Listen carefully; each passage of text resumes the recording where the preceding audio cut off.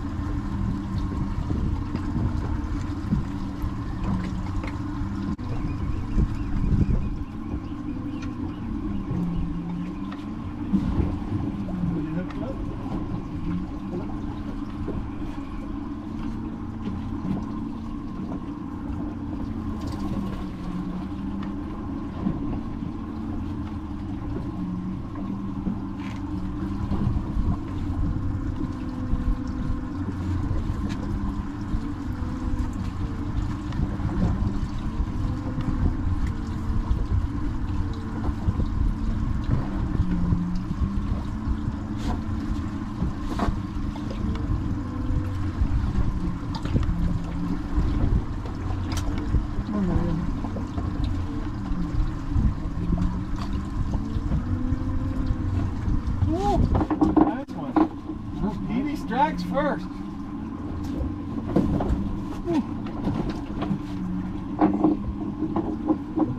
We're out a little deeper, can you tell?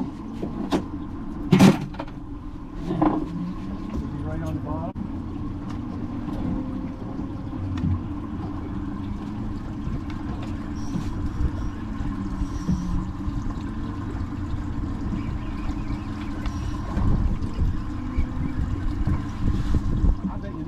Running.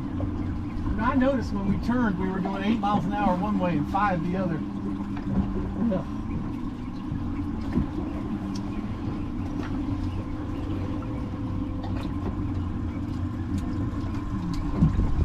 We can settle down again.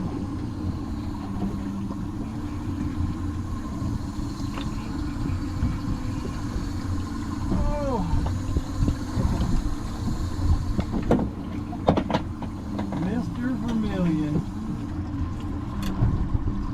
Mr. Vermillion. We are in 102 feet of water.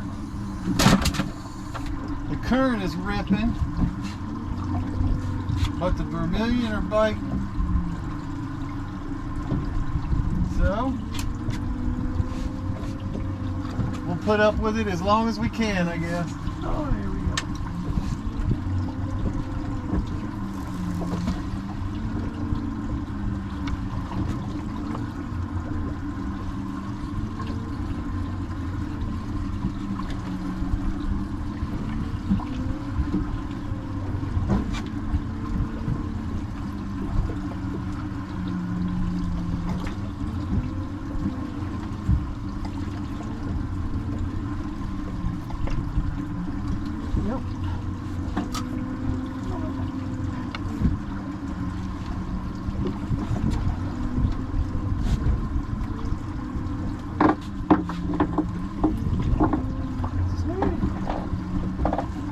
Georgia Brown. That is number 3.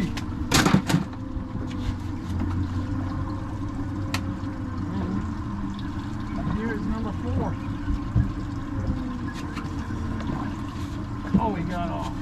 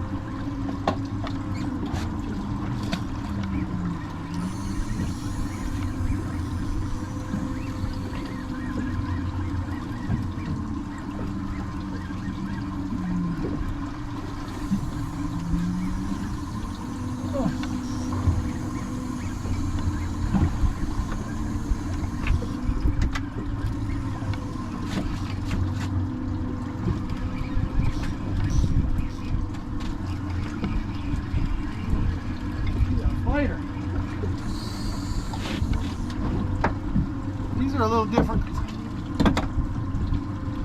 These are a little different class fish than we were catching yesterday, or the day before, or Sunday.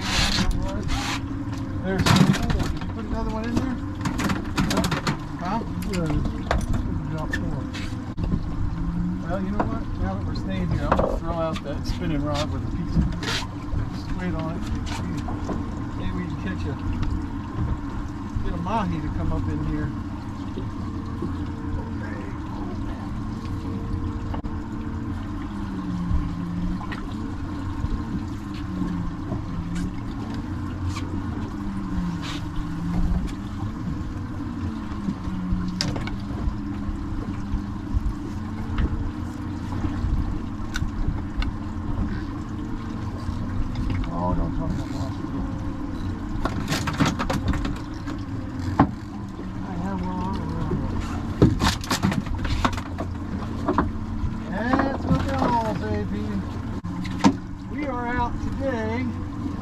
We're out 28 miles right now, somewhere around there, fishing on a couple of spots that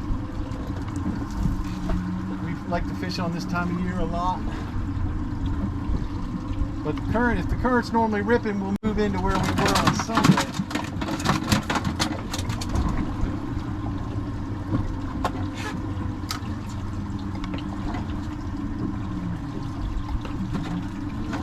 Let that bend get out of the line, let that sinker drop, then ease her to the bottom.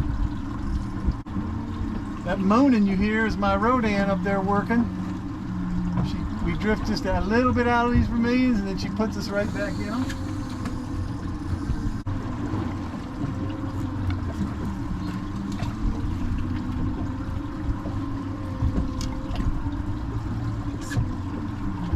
Guess what? What? Vermillion.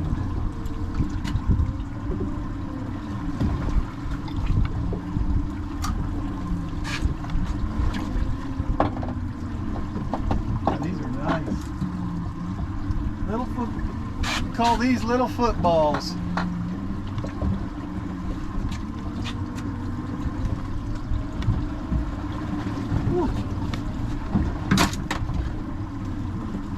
Well, we're halfway there, right? Well, I should know better. That video we did the other day, I outfished Petey, but normally he outfishes me, so we're back to normal now.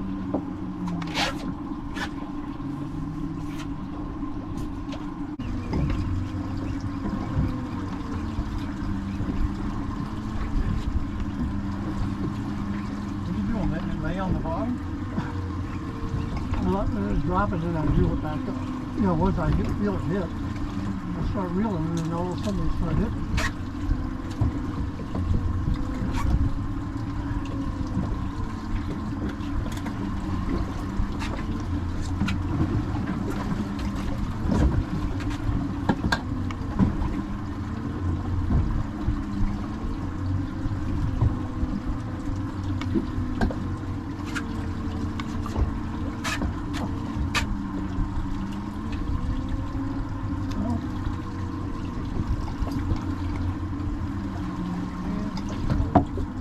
Bad idea.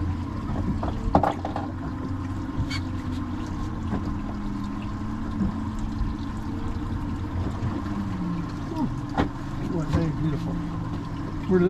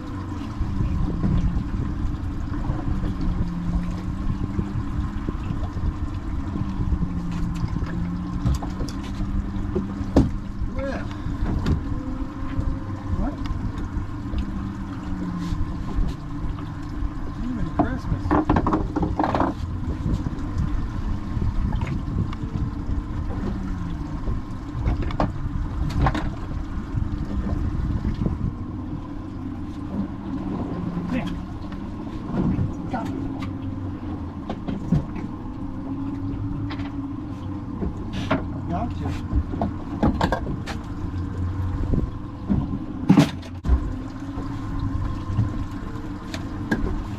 Got bandage, right?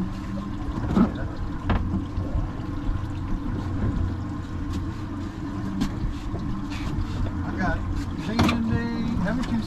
Haven't you seen my video on emergency equipment? Man down. Here's a fingertip bandage. Yeah, I get that after I put it in my pocket. That way I'll do it later. This will stop the bleeding anyway. Okay, back to work. Okay. And then you can come over here and fish. So this is another one.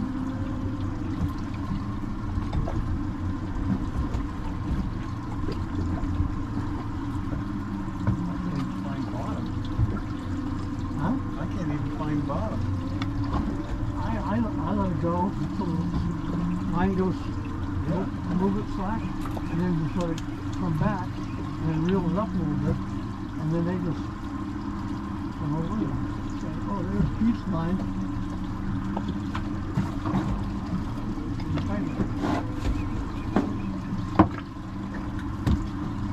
Taking me to school today. The other day.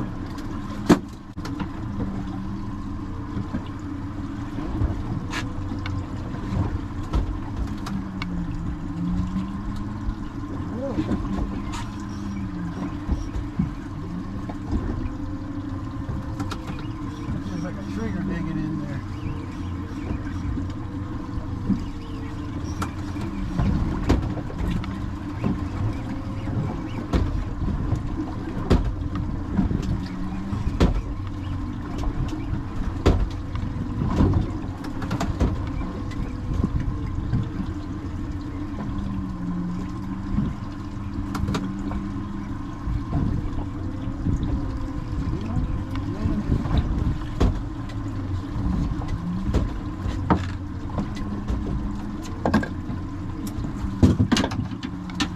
Got it back. Mojo's gone. Pete's on one. I hear him grunting over there.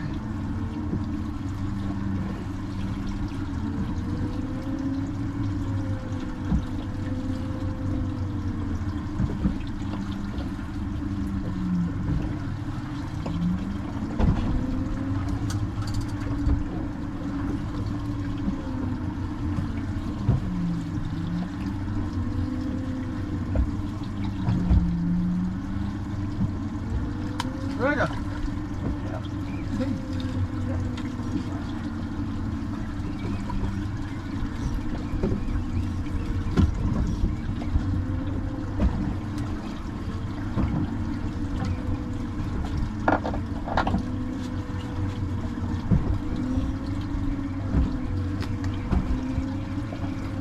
What's up? Oh, I thought I had a sea bass. I guess I got all the small triggers on this side. Ugh.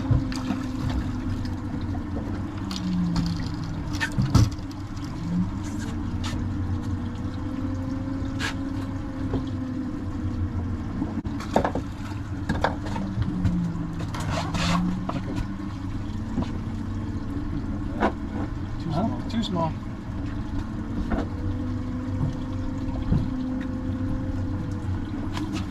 Too small. We want big triggers. One more nice trigger and we're out of here. Got one on. I'm just trying to see if I can find another one. He ain't very big.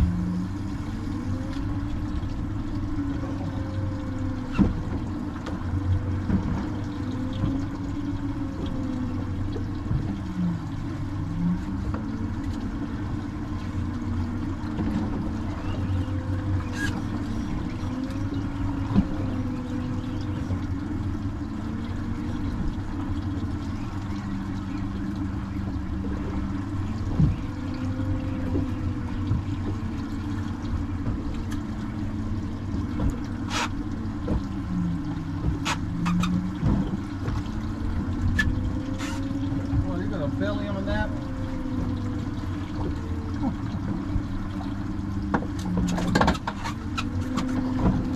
if y'all could see this, but look at the belly on that triggerfish. He is eating good.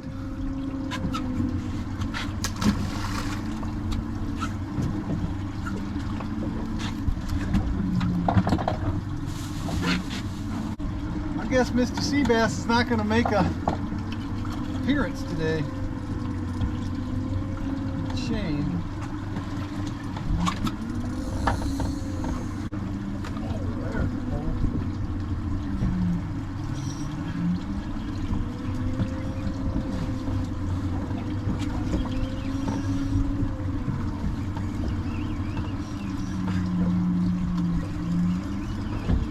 Man, it's getting flat as a pancake out here.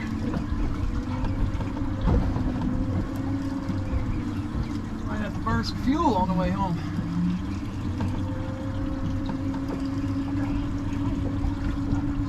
Oh, look who made an appearance.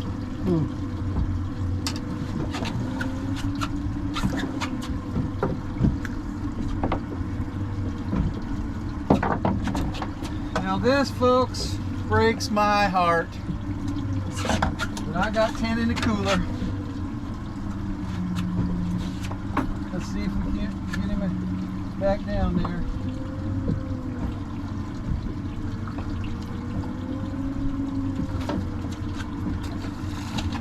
Swim. There he goes.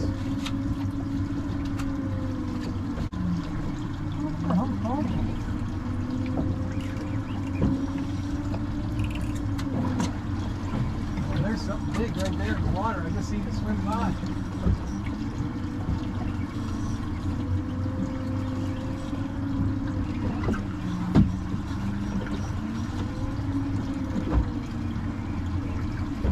Oh, come on.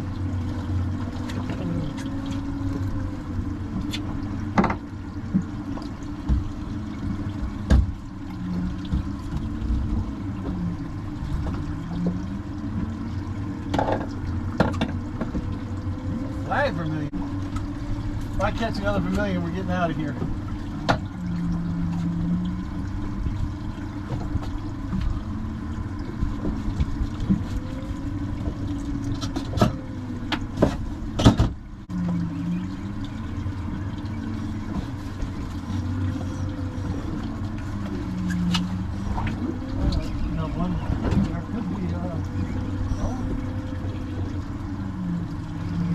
Pounds? 5 pounds, right?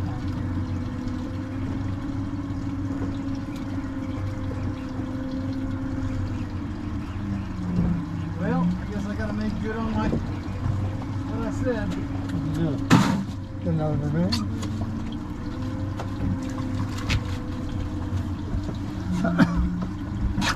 No sense hurting the... After a long day of fishing, this is our ritual. We clear the inlet, 2 beers, cigar, and then we cruise a little bit. 1 beer, 1 cigar. I can't think of anything else to say. No. All right, welcome to the fillet table. Seems like we just did this the other day, but I will we'll go through fillet and a Vermillion one more time. Quick shot right down through here, and then coming against the skin or with the blade angled back. And right here, I didn't explain this the other day, but you got to feel for that backbone, get over top of it and cut. I like to come down with just a little, outline the stomach here. Seems to help a little bit. Come down there, feel his backbone clicking. Up over the breast or the rib cage. Vermillion fillet. I'm gonna skin with, let me see your knife. Skin here. Your tip's broken off, huh? Yeah, that's my old one. Oh, that's a nice skinning knife. There you go. Vermillion fillet. Come in here, down both sides of this area right here, down the middle, down the red line. The pin bones come all the way back to about right there. Ow. There you go. Nice, cold, beautiful vermilion fillet. All right, something we didn't show yesterday. Here's a chocolate porgy. All this color's kind of gone.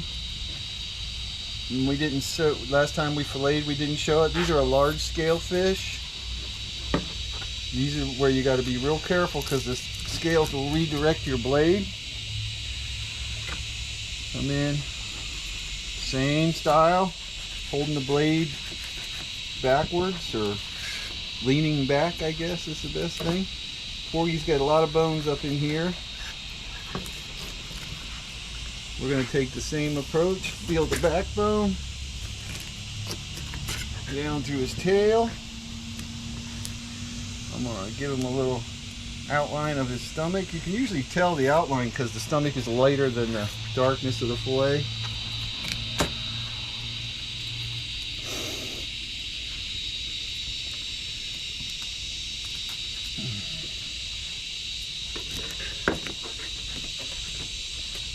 Nice porgy fillet. We're going to skin him, and we're going to, you can tell the difference in the two meats. So there's the porgy. It's a little whiter than the vermilion. Vermillion's a little oilier. Porgy here, this type of white meat freezes a lot easier.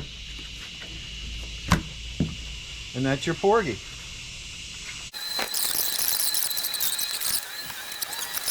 Here's our carcasses. Going to go in our crab traps. And here's our bag of fish. So we had 10 vermilion and 2 triggers and a porgy. Pick up that bag, Petey, just so the good people at home can see. So there's what you get from 10 vermilion, a porgy, and 2 triggers. What up, friends? Welcome to the kitchen. So here's what I'm going to do with this snapper that me and Petey just caught. I'm going to make a snapper chili Relleno. Never done it before. It's going to be an adventure. So just stick with me for about 3 minutes and I should have it done. That's camera time. That's YouTube time. All right, now I have a gas stove, so it makes this easy. But the first thing you got to do is take these beautiful poblano peppers, and I'm putting them over top of my burners on about 2. And I'm going to roast the peppers on the gas burners, and then I'm going to put them in a Ziploc bag for about 5 minutes, and then I'm going to peel them. So if you don't have a gas stove like I have, then I would recommend that you put them on a flat skillet or something flat that you can get hot, and you just basically want to get both sides charred, and then you put them in a Ziploc bag and then let them sit 5 minutes and they should peel off. All right, so probably 3 minutes have gone by. Like this one right here is ready for a turn. I've turned my burners. The small burners are up around 3 now. This one's ready for a turn. This one not so much. Turn that burner up a little bit. It is a small burner. That one we're going to go ahead and turn. And we're going to do the same thing to this side. I might put it on the sides and try and get a little bit as well. And then we're going to stick them in our Ziploc bag. All right, time to get the tongs out and tuck these bad boys away. Let them go to sleep for about 5 minutes. A little rest is good for peppers, that's what I hear. And they're going to rely on their own moisture and humidity to basically make the peels to a point where they will come right off. So we'll check back on these in about 5 minutes. Now we're going to get our Relleno filling going. So as always, we're going to start off with a little bit of avocado oil. We're going to take our onions for a roll in the avocado oil. We're going to let them get going. I'm going to add some sun-dried tomatoes to the party. When you add sun-dried tomatoes to anything, or you plan on adding sun-dried tomatoes to anything, you've got to prepare yourself, or you've got to make sure the recipe can handle that little bit of extra sunflower oil, because most sun-dried tomatoes are in sunflower oil. So just keep that in mind. Go easy on your oil to begin when you start your dish if you're using sun-dried tomatoes. All right, we're going to let these fall in love.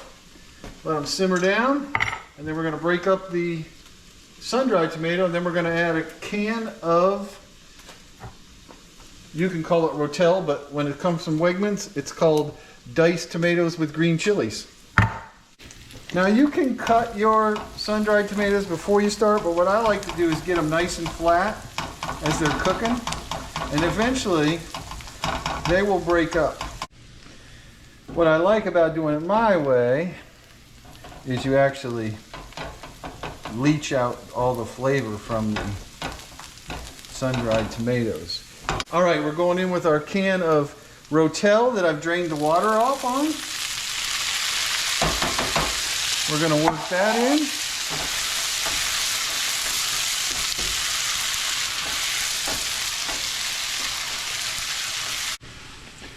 Like I always say, I like to season the meat and let the meat season the dish. So we are going to season our fish with our good friend Tuscan Wegmans spice. That ought to about do it. The greatest spice in the land. All right, I'm going to turn down the heat, and then I want this to dry up a little bit. So I want these tomatoes to work in here. I want a little bit of this fluid off of here because I don't want this real wet when I make my filling for my Relleno. But it's coming right along. All right, some of these aren't quite done yet, but I'm going to set this aside because we got some peppers to take care of, and the oven will also cook them as we go.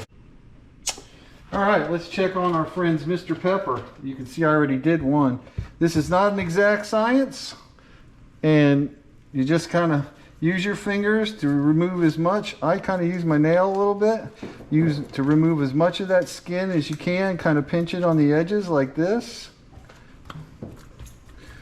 This is the worst part of the whole job, getting the skin off. But these are thin, actually thin-skinned, thick meat. So it's not really as bad as you would think. I do rinse mine when I'm done and then put them in a paper towel just to get some of the spare stuff off. All right, here's how we're going to do this. We're going to take this poblano and make one slice, not all the way through, just down the edges, like so. And one slice. I have to work left-handed. If my brother were here, he'd do a lot better than I would at this because he's left-handed. We're going to make a slice like this, and then we're going to try and recover as many of these seeds as we possibly can. And when you pull, the strings are going to come up off the pepper, which is totally fine. You can rinse these out. You can take a paper towel and get them out. However you want to do it. I rinsed my test piece. I rinsed this. I think I'm just going to kind of leave it like it is. I don't think a few seeds is going to kill anybody. We're going to lay this now. I have this sitting on a piece of the new Reynolds Wrap aluminum foil that's already seasoned, and it's non-stick. So we're going to take the pepper, then we're going to kick the camera. We're going to layer in some of our seafood dish, our snapper. Then we're going to take some cheese. That'll do. And then as a little bonus, my sister-in-law brought me 15 pounds of fresh chorizo from Rhode Island. Tiverton, Rhode Island, Fall River, Mass. This stuff is pre-cooked, so it's not going to hurt anybody. I can do it while it's cold and it'll bake in the oven. Then you try and fold the wings back over, and there you have your peppers ready to go in the oven. All right, there you have it. Our seafood chili Relleno, snapper chili Relleno, whatever you want to call it. I'm going to pop these in the oven, and we'll get a look at them in about probably 10 minutes. Oven is set to 400. That doesn't mean I'm going to keep it there. I may turn it up. We'll see. In the world of YouTube, see you in about 2 seconds. All right, out of the oven, and look at that. That looks absolutely delicious. I did not leave the oven at 400. I actually went to a low broil and then a high broil. So probably a total of 10 to 12 minutes each. I'm going to try a little bit of this when I get to the table. We'll see you there. But I'm going to try a little of this Herdy's salsa, chipotle salsa cremosa on a bite and see how that is. All right, let's give it a try. Very hot. Hope I don't burn my mouth. I got a little bit of my Herdy's chipotle salsa crema on the side.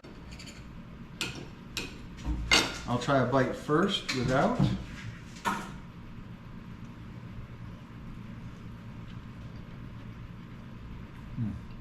You're gonna love that. Let's try. Man, that's good. Let's try the salsa verde.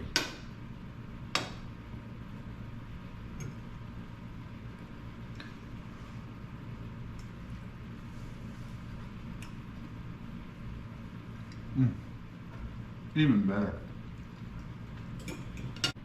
Hey, I went out on a little bit of a limb on this. I've never heard of a snapper or fish chili relleno, but I have to say it was excellent. Hey, thanks for watching. Please like and subscribe, and I would really appreciate it. Till next time, y'all take care.